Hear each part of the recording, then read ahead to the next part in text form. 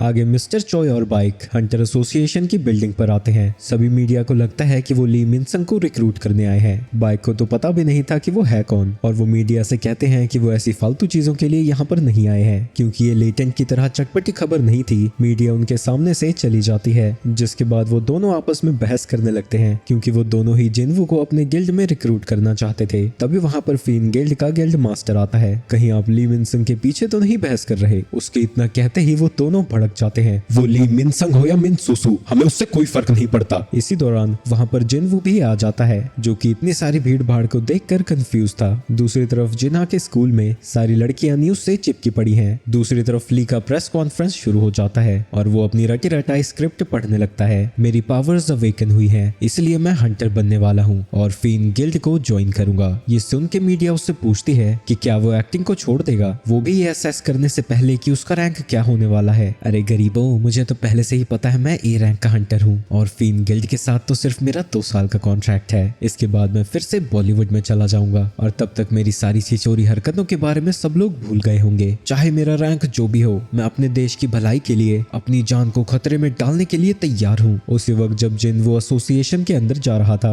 ली के गार्ड्स उसका रास्ता रोक देते हैं। जब तक कॉन्फ्रेंस खत्म नहीं हो जाती तुम अंदर नहीं जा सकते। तभी वहाँ पर गो आ जाता है। ये मेरा गेस्ट है, तुम इसका रास्ता रोकने वाले होते कौन हो? और मैंने पहले ही मना किया था कि यहाँ कोई प्रेस कॉन्फ्रेंस नहीं होगी। जिसके बाद वो जिनवू को लेकर अंदर चला जाता है। वहीं इसकी वजह से मीडिया का सारा ध्यान ली से हटकर उस बंदे पर चला जाता है जिसे प्रेसिडेंट को खुद लेने आया था। किसी तरह ली अपने रीअसेसमेंट के लिए बिल्डिंग के अंदर जाना चाहता है। वो कहता है कि अंदर पहले से ही रीअसेसमेंट जारी है, तो वो उसके बाद ही अंदर जा पाएगा। क्या तुम जानते भी हो मैं कौन हूँ? मैं तुम्हारी चड्डी उतरवा दूंगा। मुझे फर्क नहीं पड़ता कि तुम कौन हो, लेकिन अगर तुमने ज्यादा मुसीबत खड़ी की तो उसका नतीजा तुम्हें भुगतना पड़ेगा। इसके बाद हम प्रेसिडेंट को देखते हैं, जो कि जिनवू को रीअसेसमेंट के लिए लेकर जा रहा था, जहाँ चोय और बाइक पहले से ही मौजूद हैं। असेसमेंट रूम के अंदर जाने के बाद, इससे पहले कि हम आपकी पावर्स को फिर से रिवैल्यूएट करें, हमारा आपकी एबिलिटीज के बारे में जानना जरूरी है। तो जिनवू अपने पावर्स को दिखाता हुआ सिर्फ एक सोल्जर को ही समन करता है, पर प्रेसिडेंट को पता है कि वो अपनी ताकत छुपा रहा है, क्योंकि वो ने उसे सारी रिपोर्ट्स दे दी है। लगता है अब छुपाने का कोई फायदा नहीं है। जिसके बाद जिनवू अपनी पूरी की पूरी आर्मी को समन कर देता है और कहता है कि इनके अलावा वो 100 और सोल्जर्स को समन कर सकता है। ये देखकर गो हैरान हो जाता है। साथ ही रूम के बाहर खड़े बाइक और चोई भी इस एनर्जी को फील कर पा रहे थे और उन्हें लगने लगता है कि कहीं जिनवू उनसे भी ज्यादा ताकतवर है। कुछ देर में ही अप्रेजल प्रोसेस खत्म हो जाता है और जिनवू को अपना एस रैंक का हंटर्स लाइसेंस मिलता है। अब इस लाइसेंस के साथ मैं स्फेयर ऑफ एवरेस्ट को सेल कर सकता हूँ। कोई मुझ पर शक नहीं करेगा। वो उन पैसों से नए आर्मर्स और वेपन खरीदना चाहता है और जल्दी से डीमन कासल को क्लियर करके अपनी माँ को ठीक करना चाहता है। आगे जिनवू एसोसिएशन से बाहर जाने लगता है, जहाँ बाइक और चोए अपने गिल्ड में रिक्रूट करने के लिए उसका बेसब्री से इंतजार कर रहे थे, पर वो उनके ऊपर ज्यादा ध्यान दिए बिना वहां से आगे बढ़ जाता है। लेकिन जैसे ही वो एसोसिएशन का दरवाजा खोलता है, उससे कैमरे की किसी किसी की आवाज सुनाई देने लगती है। सारी की सारी मीडिया उसकी फोटोज खींचने में बिजी थी। सांगी उसे न्यूज में देखकर हैरान हो जाती है और वो न्यूज को जिन्हा को दिखाती है, जो ये देखकर हैरान हो जाती है कि उसका भाई अब एस रैंक हंटर बन चुका है। वहीं जिनवू जिनके साथ पहले हंटिंग करने जाता था, उन्हें भी इस न्यूज के बारे में पता लग जाता है। दूसरी तरफ एसोसिएशन में ली के ऑरा का भांग भरोसा हो जाता है और सारी की सारी मीडिया जिनवू की तरफ चली जाती है। दूसरी तरफ जिनहो अपने पिता से मिलने आया है। वो उन्हें बता देता है कि वो जिनवू को मना नहीं पाया और हम पास्ट में देखते हैं कि जिनवू ने उसके गिल्ड को ज्वाइन करने से मना कर दिया था, क्योंकि वो कुछ पर्सनल मिशन को कंप्लीट करना चाहता है। अगर मैं किसी ऑर्गेनाइजेशन को ज्वाइन करूंगा तो मेरी प्रोग्रेस स्लो हो जाएगी, और वो जिन्हो से कहता है कि वो उसे ज्वाइन करे। वहीं उसका बापू उसे डांट लगा रहा था, क्योंकि उसने पहले गिल्ड की जिम्मेदारी उसके बड़े भाई को दी थी। मैंने तुम्हारी जिद पर ही तुम्हें ये जिम्मेदारी दी थी और तुम कह रहे हो कि तुम फेल हो गए और तुम सब कुछ छोड़ छाड़ के उसके पास जाना चाहते हो। अगर तुमने ऐसा किया तो इसके कॉन्सिक्वेंसेस तुम्हें भुगतने होंगे। ये सुन के जिन्हो जिनवू के साथ अपने सारे एडवेंचर्स को याद करने लगता है और अपने फादर से कहता है कि चाहे कुछ भी हो जाए वो जिनवू को ही फॉलो करेगा। हंटर एसोसिएशन में बाइक उससे कहता है कि वो उनके साथ आए, वो सेफली उसे यहाँ से बाहर निकाल देंगे। मुझे इसकी कोई जरूरत नहीं है। और वो पलक झपकते ही मीडिया वालों के पीछे पहुंच जाता है। ये देखकर चोई हैरान हो जाता है कि एक मेज होने के बावजूद भी वो फिजिकली कितना केपेबल है। वहीं बाइक की आंखें फटी पड़ी थी। मेरी आंखें इसे फॉलो भी नहीं कर पाई। जब मैं पिछली बार उससे मिला था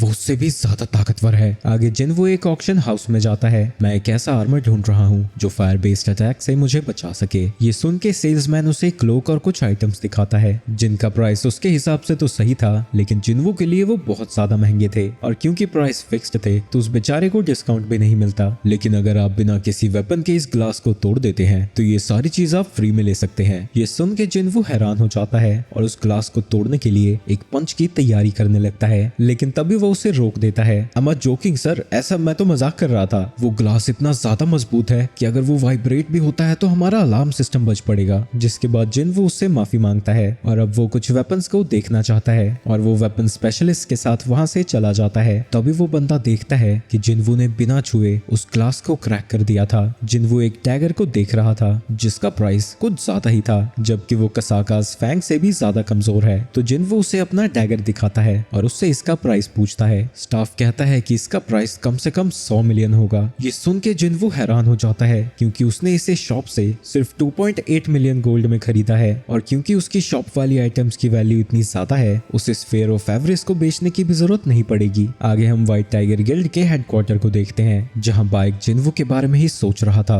उसकी सेकंड अवेकनिंग तो कब की खत्म हो जानी चाहिए थी, लेकिन उसकी ताकत बढ़ती ही जा रही है। कहीं वो एक ऐसा हंटर तो नहीं बन गया जो समय के साथ अपनी ताकत को बढ़ा सकता है। अगली सुबह जिन्हा खिड़की के बाहर देखती है और अब आखिरकार वहाँ कोई रिपोर्टर नहीं दिख रहा था तो वो स्कूल जा सकती है। जिन्वो को लगता है कि ऐसा जरूर एसोसिएशन ने किया होगा। तुम्हें टीवी पर आना है तो आ सकते हो, पर इसमें मुझे मत घसीटो। पर इस पे मेरा कंट्रोल कहाँ है? और हाँ, मैं एक हफ्ते के लिए कहीं जा रहा हूँ। जिन्हा उससे पूछने लगती है कि वो कहाँ जा रहा है और किसके साथ। तभी वहाँ पर जिन्हो आ जाता है। मौका मिलते ही जिन्वो उसे पकड़ लेता है और कहता है कि वो एक हफ्ते के लिए जिन्हो के साथ काम पर जा रहा है। वहीं जिन्हो को तो पता ही नहीं चलता कि यहाँ चल क्या रहा है, पर जिन्वो के इशारे से वो समझ जाता है कि उसे क्या बोलना है। रात को हम देखते हैं कि जिन्हो उसी के रूम में सो रहा है। वहीं क्योंकि अब सबको पता लग गया है कि वो एक एस रैंक हंटर है, अब उसे ज्यादा केयरफुल रहना होगा और वो जिन्हा की प्रोटेक्शन के लिए टस्क के गार्ड्स को समन करता है। तुम लोग तो 4 थे ना, पर यहाँ पर सिर्फ 3 क्यों हैं? तो वो गार्ड्स उसे इशारा करके बताते हैं कि उसने सबसे पहले गार्ड को मारकर छत पे टिका दिया था,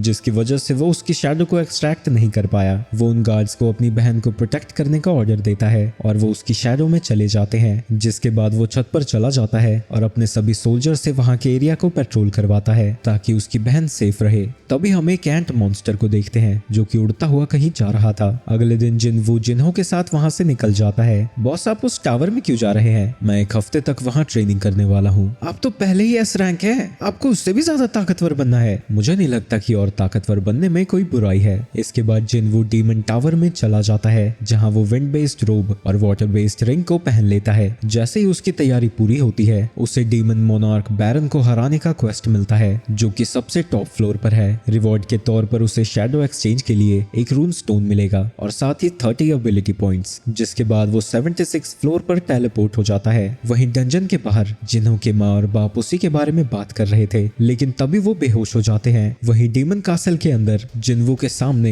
एक बड़ा सा बॉस मॉन्स्टर है, लेकिन उससे खुद लड़ने की जगह जिन्वो टस्क को समन करता है और उसे स्फेयर ऑफ एवरेज दे देता है। फोंग उस स्फेयर को हाथ में पकड़कर एक पावरफुल फायर स्पेल से हमला करता है। वो अटैक इतना ज्यादा पावरफुल था कि वहां पर उस मॉन्स्टर के सिर्फ टांगे बचती हैं। जितना मैंने सोचा था ये तो उससे भी ज्यादा ताकतवर है। आगे हम जिन्हो के फादर को हॉस्पिटल में देखते हैं जहां उसकी मॉम उन्हें बताती है कि जिन्हो उससे मिलने आया था, पर उन्होंने उससे कह दिया कि ज्यादा काम करने की वजह से वो थक गए थे। पास के सीन में हम देखते हैं डॉक्टर उन्हें बताता है कि उन्हें भी इटर्नल स्लंबर नाम की बीमारी हुई है जिसमें पेशेंट को नींद ज्यादा आती है और धीरे धीरे वो हमेशा के लिए सो जाता है। जिन्वो की मॉम को भी यही बीमारी है। ऐसी बीमारी तब किसी की होती है जब उसकी मैजिकल रेजिस्टेंस कम होती है और वो ऐसे लोग या एरिया में रहते हैं जहाँ मैजिकल एनर्जी ज्यादा होती है। और डॉक्टर के पूछने पर वो बताते हैं कि उनका बेटा एक हंटर है, लेकिन डॉक्टर उनसे कहता है कि इसकी एग्जैक्ट वजह उन्हें अभी भी नहीं पता है। वहीं जिन्हो के फादर को लग रहा था कि इस दुनिया ने उन्हें रिजेक्ट कर दिया है। आगे हम कंट्री के बॉर्डर को देखते हैं जहाँ 2 हंटर्स पेट्रोल कर रहे थे। वही वाला एंट खड़ा था। वहीं डीमन कासल के अंदर मॉन्स्टर्स को हरा कर उसने काफी ज्यादा लेवल अप कर लिया है। उसने अपने सोल्जर्स को 6 सेपरेट टीम्स में बांट दिया है और उनके पास सिर्फ 2 ही ऑर्डर हैं। जो भी एनिमी उनके सामने आए वो उन्हें खत्म कर दें, और दूसरा, अगर उन्हें कोई परमिट दिखता है तो उसे तुरंत ही इन्फॉर्म करें। पहले उसकी ये स्ट्रेटजी बड़ी तेज चल रही थी, लेकिन जब से वो 80 फ्लोर पर पहुंचा है उसकी प्रोग्रेस काफी स्लो हो गई है। तभी वो देखता है कि उसका एमपी बड़ी तेजी से कम हो रहा है, यानी कोई उसके सोल्जर्स को लगातार खत्म कर रहा है। वो देखता है कि ये उसकी हाई ऑर्क की टीम है। उसे यकीन नहीं होता कि उसकी ये टीम को भी कोई हरा सकता है, वो भी इतनी बुरी तरीके से। तो वो अपने गार्ड्स को समन करके वहां जाने लगता है, लेकिन वहां जाने पर उसे उसे पता लगता है कि टीम बी को भी खत्म कर दिया गया है। एनिमी काफी ज्यादा ताकतवर है, लेकिन टस्क की टीम तो ज्यादा पास थी, पर वो उसे छोड़कर टीम बी के पास क्यों गए? यानी जानबूझकर वो वीक सोल्जर्स पर अटैक कर रहे हैं। इसका मतलब है उनका अगला टारगेट टैंक होने वाला है, और उसकी सोच बिल्कुल सही थी।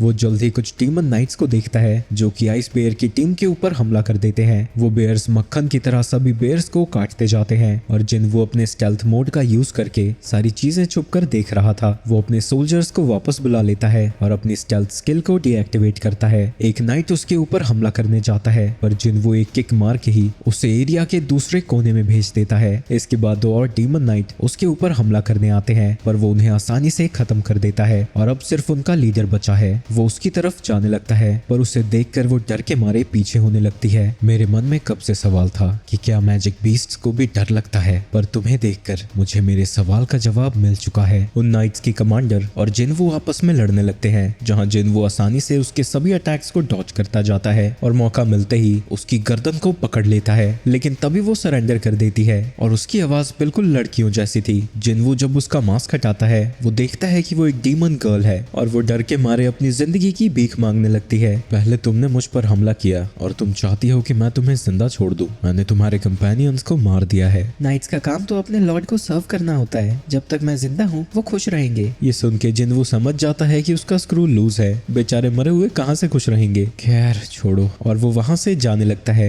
लेकिन जैसे ही वो दूसरी तरफ मुड़ता है, वो जिनवो की बेवकूफी पर हंसती है और तुरंत ही अपना डैगर निकाल के उसके ऊपर हमला कर देती है, पर टस्क उसको अपने प्रोटेक्शन स्पेल से बचा लेता है। जिनवो उससे पूछता है कि इन सब का मतलब क्या है, लेकिन डर के मारे वो अपने घुटनों पर आ जाती है और उससे कहती है कि अगर वो उसे जिंदा छोड़ देता है तो वो कुछ भी करेगी। ये किस तरह की लड़की है। टस्क अपने मैजिक से उसे फ्लोट करने लगता है और जिनवो उससे पूछता है कि क्या उसे परमिट की लोकेशन पता है। वो उसे बताती है कि इस फ्लोर का परमिट उसकी फैमिली के पास है और उसे अपर लेवल के परमिट्स की भी लोकेशन पता है। अगर वो उसे और उसकी फैमिली को कुछ नहीं करेगा तो वो उनकी लोकेशन उसे बता सकती है। तो तुमने उन्हें छुपा रखा है, तभी इन सबको मारने पर मुझे वो नहीं मिल रहा था, पर क्या मैं तुम पर भरोसा कर सकता हूँ? डर के मारे इसिल के पसीने छूटने लगते हैं। मैं आपसे कभी झूठ नहीं बोलूंगी। वैसे तुम हो कौन? मेरा नाम इसिल है, राजरू फैमिली की सबसे बड़ी बेटी। लेकिन जिनवो सिस्टम के बारे में और इन्फॉर्मेशन जानना चाहता था, तो वो उससे फिर से सवाल करता है, क्या तुम्हें भी आवाजें सुनाई देती रहती हैं जो तुम्हें ह्यूमंस को मारने को कहती हैं? वो बताती है कि ऐसा नहीं है, उन्हें बस अपने एरिया को प्रोटेक्ट करने की आवाज सुनाई देती है और ये तब से हो रहा है जब से वो यहाँ पर आए हैं। ये सुन के जिनवो हैरान हो जाता है। जब से तुम यहाँ पर आए हो तो इससे पहले तुम कहाँ थे? हम डेमन रेल्म में थे। एक दिन जब हमारी आंखें खुली तो हम इस जगह पर पहुंच गए थे। तुम डेमन रेल्म में क्या कर रहे थे? लेकिन इतना कहते ही उसकी बॉडी पर सिस्टम कंट्रोल कर लेता है। हम वॉर के लिए प्रिपेयर कर रहे थे, ऐसे एनिमी से जो इतना स्ट्रॉन्ग है कि उससे लड़ने के लिए सारे डीमंस को इकट्ठा होना पड़ा। उस समय वॉर शुरू ही होने वाली थी। लेकिन तभी फिर से ग्लिच होता है। ये इन्फॉर्मेशन रिस्ट्रिक्टेड है, इसे बताया नहीं जा सकता। ये इन्फॉर्मेशन रिस्ट्रिक्टेड है। अब कॉन्वर्सेशन को खत्म कर दिया जाएगा। जिसके बाद सिस्टम उसकी बॉडी से कंट्रोल छोड़ देता है और वो बेहोश होकर नीचे गिर जाती है। लगता है मैं और सवाल नहीं कर सकता। दूसरी तरफ हम उसी एंट को देखते हैं जो कि एक आइलैंड पर लोगों को मारे जा रहा है और उन्हें मार कर खा रहा है। इन सारी घटनाओं की रिपोर्ट वो प्रेसिडेंट गो और बाकी के ऑफिशियल्स को दे रहा था। उस अकेली एंट ने 294 लोगों की जान ले ली है। इससे लड़ने के लिए टोटल 108 हंटर्स भेजे गए थे, जिनमें से 6 हंटर मारे गए। जिसके बाद वहां पर एक ए रैंक के हंटर ने आकर उस एंट को खत्म कर दिया। एक अकेली एंट ने इतनी तबाही मचा दी, यानी उसकी ताकत एक ए रैंक हंटर के बराबर थी। ये हमला एक ऐसे आइलैंड पर हुआ था जो कि जेजू आइलैंड से 120 किलोमीटर दूर है, और अगर उन एंट्स की उड़ने की कैपेबिलिटी और ज्यादा बढ़ गई तो वो कोरिया में भी पहुंच सकते हैं। तुरंत ही जापान से सपोर्ट को रिक्वेस्ट करो और नेबरिंग कंट्रीज को इसके बारे में सतर्क कर दो। हंटर्स एसोसिएशन के प्रेसिडेंट के तौर पर मैं जेजू आइलैंड पर 4th रेड मिशन का ऑर्डर देता हूँ। दूसरी तरफ डंजन में टस्क इसिल को उठाकर लेकर जा रहा था और उसे भी नहीं पता था कि वो अचानक से बेहोश कैसे हो गई। थोड़ी देर चलने पर वो राजरू फैमिली के कासल तक पहुंच जाते हैं, लेकिन जैसे ही वो अंदर जाते हैं उस फैमिली का लीडर और इसिल का बाप डर जाता है। इसिल तुम ये क्या कर रही हो? ये तुम किसे ले आई? तुम्हें इसकी शैडो के अंदर वो अनगिनत सोल्जर्स नहीं दिख रहे? जरूर तुमने मेरी बेटी को बहला दिया है। जिसके बाद उसके सोल्जर्स जिनवो को चारों तरफ से घेर लेते हैं। तुम्हारी बेटी से मैंने प्रॉमिस किया है जब तक मुझे परमिट मिल जाएगा मैं तुम्हें या किसी और को कोई नुकसान नहीं पहुंचाऊंगा। इसने वल्कन और मेटस को हराया है, हम इससे नहीं जीत सकते। जिसके बाद वो 81th फ्लोर का परमिट उसे दे देता है, लेकिन उसे लेने के बाद जिनवो कहता है कि उसे एक और चीज की जरूरत है, मुझे तुम्हारी बेटी चाहिए। ये सुन के वो गुस्सा हो जाता है क्योंकि उसे लग रहा था कि जिनवू के इरादे कुछ गलत हैं। नहीं, मैं वैसे नहीं कह रहा हूँ, मुझे इसकी एज अ गाइड जरूरत है क्योंकि इसे हर फ्लोर के परमिट्स की लोकेशन के बारे में पता है, पर वो अपनी बेटी को ऐसे ही जाने कैसे दे सकता था। तो जिनवू कहता है कि वो प्रॉमिस करता है कि वो उसकी बेटी को सेफ रखेगा और वो दोनों हनीमून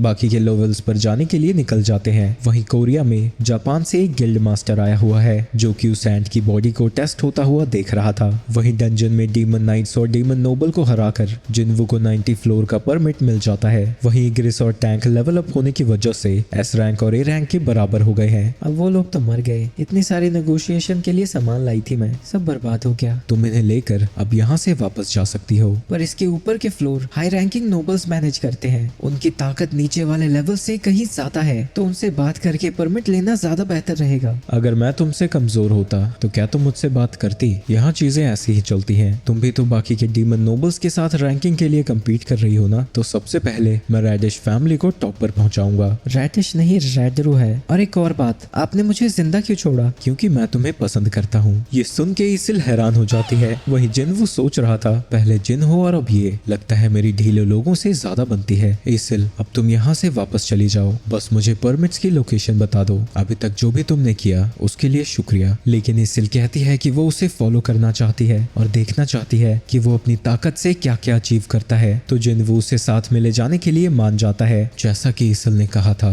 90th फ्लोर के बाद डिफिकल्टी एकदम से ही बढ़ गई। मॉन्स्टर्स के नंबर्स और उनकी ताकत पिछले लेवल से तो कंपेयर ही नहीं किए जा सकते, पर मुझे एलिक्सर ऑफ लाइफ के लिए आगे बढ़ता रहना होगा। ऐसा करते करते वो 100वें फ्लोर तक पहुंच जाता है, पर वो पूरा एरिया खाली दिख रहा था। तभी कोई चीज उनकी तरफ उड़ती हुई आती है और वो देखते हैं कि वो एक वाइफरन है और उसके ऊपर डीमंस का लॉर्ड बैरन खड़ा था। जिनवू देखता है कि उसका नाम रेड कलर में आ रहा है, यानी वो उससे ज्यादा ताकतवर है। क्या मैं इसे हरा भी सकता हूँ? वहीं उसके ऑरा की वजह से इसिल का बुरा हाल था। हवा में लड़ना काफी मुश्किल होगा। सबसे पहले मुझे उस ड्रैगन को ठिकाने लगाना होगा। तभी बैरन के कमांड पर वो ड्रैगन हवा में उड़ जाता है, जिसके बाद बैरन अपनी तलवार के इशारे से कई सारे गेट्स को समन करता है, जिनके अंदर से डीमंस बाहर आते रहते हैं और जिनवू के सामने दर्जनों नोटिफिकेशंस आने लगती हैं। डीमंस रुकने का नाम ही नहीं ले रहे थे और धीरे धीरे वो चारों तरफ से हजारों डीमंस से घिर जाता है। तभी वो डीमंस उसकी तरफ हमला करने के लिए आगे बढ़ने लगते हैं। तो जिनवू सबसे पहले अपने मोनार्क्स डोमेन को एक्टिवेट करता है, जिसके बाद उसके सोल्जर्स भी बाहर आने लगते हैं और उन डीमंस से लड़ने लगते हैं। टस्क अपने एक ही फ्लेम के अटैक से